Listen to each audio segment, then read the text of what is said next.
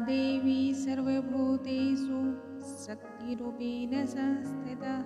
नमस्तस्यै नमस्तस्यै नमस्तस्यै नमो नमः। जय माता रानी। दोस्तों आज इस वीडियो में हम चौथे अध्याय का वर्णन करेंगे। नवरात्र के दौरान दुर्गा सप्तशती का पाठ करना अति लाभदायक होता है और इससे पुण्य फलों की प्राप्ति होती है। इस अध्याय के द्वारा हम माता रानी की स्तुति के बारे में जानेंगे। इंद्रादि देवताओं द्वारा माँ दुर्गे की जो स्तुति की जाती है उसके बारे में आज इस अध्याय में हम वर्णन करेंगे। इस पाठ को श्रवण करने के पश्चात यदि आप एक माला यानी कि 108 बार आप देवी के मंत्रों का जाप करते हैं तो आपको और भी ज़्यादा फलों की प्राप्ति होती है। जो मंत्र आपको इस पाठ के बाद जाप करना है वो भी आप ज़रूर सुन लें और कमेंट बॉक्स में जय माता रानी ज़रूर लिखें।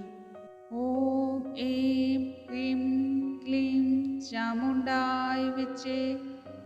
महर्षि मेधा बोले, देवी ने जब पराक्रमी दुरात्मा महिषासुर को मार गिराया और असुरों की सेना को मार दिया तब इंद्रादि समस्त देवता अपने सिर तथा शरीर को झुकाकर भगवती देवी की स्तुति करने लगे। जिस देवी ने अपनी शक्ति से ये जगत व्याप्त किया है और जो संपूर्ण देवताओं तथा महर्षियों की पूजनीय है, उस अंबिका को हम भक्तिपूर्वक नमस्कार करते हैं। वह हम सबका कल्याण करे। जिस अतुल प्रभाव और बल का वर्णन भगवान विष्णु, शंकर और ब्रह्मा जी भी नहीं कर सके, वही चंडिका देवी संपूर्ण जगत का पालन करे और अशुभ भय का नाश करे। पुण्य आत्माओं के घरों में तुम स्वयं लक्ष्मी रूप हो और पापियों के घरों में तुम अलक्ष्मी रूप हो। सतकुल में उत्पन्न होने वालों के लिए तुम लज्जा रूप होकर उनके घरों में निवास करती हो। हम दुर्गा भगवती को नमस्कार करते हैं।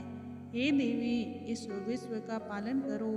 हे देवी, हम तुम्हारे अचिंत्य रूप का वर्णन किस प्रकार से करें। असुर का नाश करने वाले भारी पराक्रम तथा समस्त देवताओं और दैत्यों के विषय में जो तुम्हारे पवित्र चरित्र हैं उनका हम किस प्रकार वर्णन करें। हे देवी, त्रिगुणात्मिका होने पर भी तुम संपूर्ण जगत की उत्पत्ति का कारण हो। हे देवी, भगवान विष्णु, शंकर आदि किसी भी देवता ने तुम्हारा पार नहीं पाया है। तुम सबकी आश्रय हो। यह संपूर्ण जगत तुम्हारा ही अंश रूप है क्योंकि तुम सबकी आदिभूत प्रकृति हो। हे देवी, तुम्हारे जिस नाम के उच्चारण से संपूर्ण यज्ञों में सब देवता तृप्ति लाभ करते हैं वह स्वतः तुम ही हो। इसके अतिरिक्त तुम पितरों की तृप्ति का कारण हो, इसलिए सब आपको स्वधा कहते हैं। हे देवी, वह विद्या जो मोक्ष को देने वाली है, जो अचिंत्य महाज्ञान स्वरूपा है, तत्वों के सार को वश में करने वाले, संपूर्ण दोषों को दूर करने वाले, मोक्ष की इच्छा करने वाले मुनिजन जिसका अभ्यास करते हैं वह तुम ही हो। तुम वाणी रूप हो और दोष रहित ऋग तथा यजुर्वेदों की एवं उद्गीत और सुंदर पदों के पाठ वाले सामवेद के आश्रय भी तुम ही हो। तुम भगवती हो। इस विश्व की उत्पत्ति एवं पालन के लिए तुम वार्ता के रूप में प्रकट हुई हो और तुम संपूर्ण संसार की पीड़ा हरने वाली हो। हे देवी, जिससे सारे शास्त्रों को जाना जाता है वह मेधा तुम ही हो और दुर्गम भवसागर से पार करने वाली नौका भी तुम ही हो। लक्ष्मी रूप से विष्णु भगवान के हृदय में निवास करने वाली और भगवान महादेव द्वारा सम्मानित गौरी देवी तुम ही हो। मंद मुस्कान वाले निर्मल पूर्ण चंद्र बिंब के समान और उत्तम सुवर्ण की मनोहर कांति से कमनीय तुम्हारे मुख को देखकर भी महिषासुर क्रोध में भर गया। यह बड़े आश्चर्य की बात है। और हे देवी, तुम्हारा यही मुख जब क्रोध से भर गया उदय काल के चंद्रमा की भांति लाल हो गया और तनी में भौमों के कारण विकराल हो गया। उसे देखकर भी महिषासुर के शीघ्र प्राण नहीं निकल गए। यह बड़े आश्चर्य की बात है। आपके कुपित मुख के दर्शन करके भला कौन जीवित रह सकता है। हे देवी, तुम हमारे कल्याण के लिए प्रसन्न हो।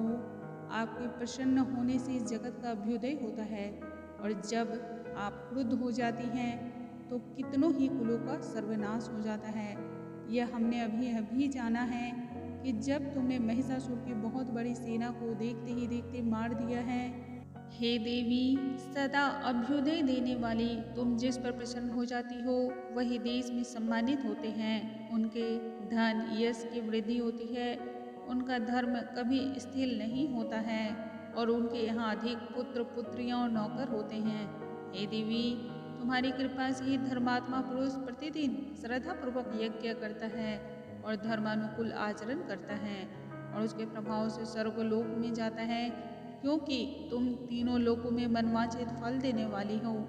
हे माँ दुर्गे, तुम स्मरण करने पर संपूर्ण जीवों के भय को नष्ट कर देती हो और स्थिर चित्त वालों के द्वारा चिंतन करने पर उन्हें और अत्यंत मंगल देती हो। हे दारिद्र्य दुख नाशनी देवी, तुम्हारे सिवा दूसरा कौन है?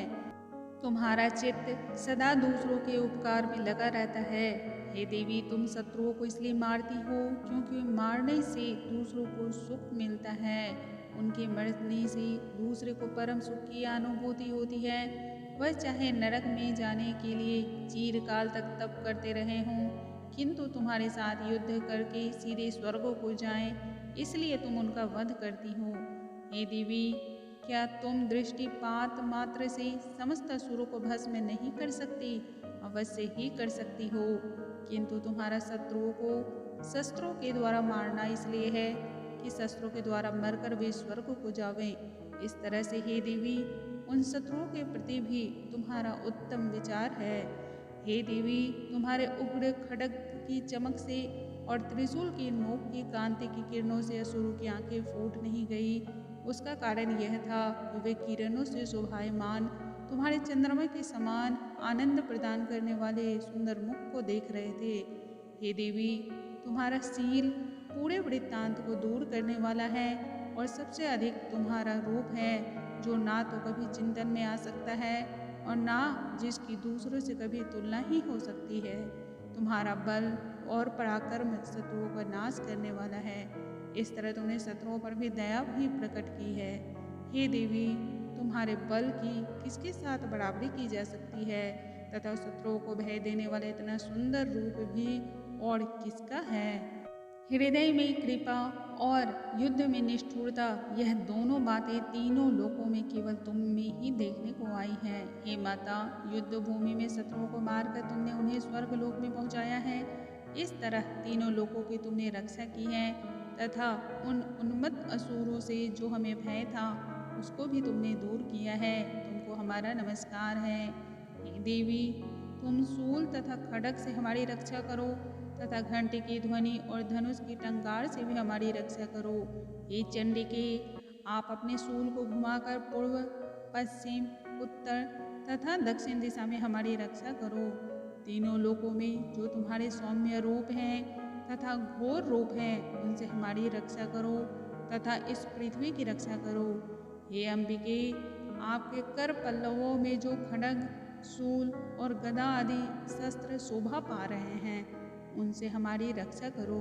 महर्षि बोले, इस प्रकार जब सब देवताओं ने जगत माता भगवती की स्तुति की और नंदन वन के पुष्पों तथा गंध अनुलेपों के द्वारा उनका पूजन किया और फिर सबने मिलकर जब सुगंधित और दिव्य धूपों द्वारा उनको सुगंधि निवेदन की, तब देवी ने प्रसन्न होकर कहा, हे देवताओं, तुम सब मुझसे मनवांछित वर मांगो। देवता बोले, हे भगवती, तुमने हमारा सब कुछ कार्य कर दिया है। अब हमारे लिए कुछ भी मांगना बाकी नहीं रहा, क्योंकि तुमने हमारे शत्रु महिषासुर को मार डाला है। हे महेश्वरी, तुम इस पर भी यदि हमें कोई वर देना चाहती हो तो बस इतना वर दो कि हम जब जब आपका स्मरण करें तब तब आप हमारी विपत्तियों को हरण करने के लिए हमें दर्शन दिया करो। हे अंबिके, जो कोई भी तुम्हारी स्तुति करे तुम उनको वित्त, समृद्धि और वैभव देने के साथ ही उनके धन और स्त्री आदि संपत्ति बढ़ावें और सदा हम पर प्रसन्न रहें। महर्षि बोले, राजन, देवताओं ने जब जगत के लिए तथा अपने लिए इस प्रकार प्रश्न किया तो बस तथास्तु कहकर देवी अंतर ध्यान हो गई। हे भूप, जिस प्रकार तीनों लोकों का हित चाहने वाली यह भगवती देवताओं के शरीर से उत्पन्न हुई थी, वह सारा वृत्तांत मैंने तुमसे कह दिया है और इसके पश्चात दुष्ट असुरों तथा शुंभ निशुंभ का वध करने और सब लोगों की रक्षा करने के लिए जिस प्रकार गौरी देवी के शरीर से उत्पन्न हुई थी, वह सारा वृत्तांत मैं यथावत वर्णन करता हूँ। इति श्री चतुर्थी अध्याय समाप्तम्। ओम श्री गणेशाय नमः। या देवी सर्वभूतेषु लक्ष्मीरूपेण संस्थिता नमस्तस्यै नमस्तस्यै नमस्तस्यै नमो नमः। दोस्तों, अगले वीडियो में हम 5वें अध्याय का वर्णन करेंगे।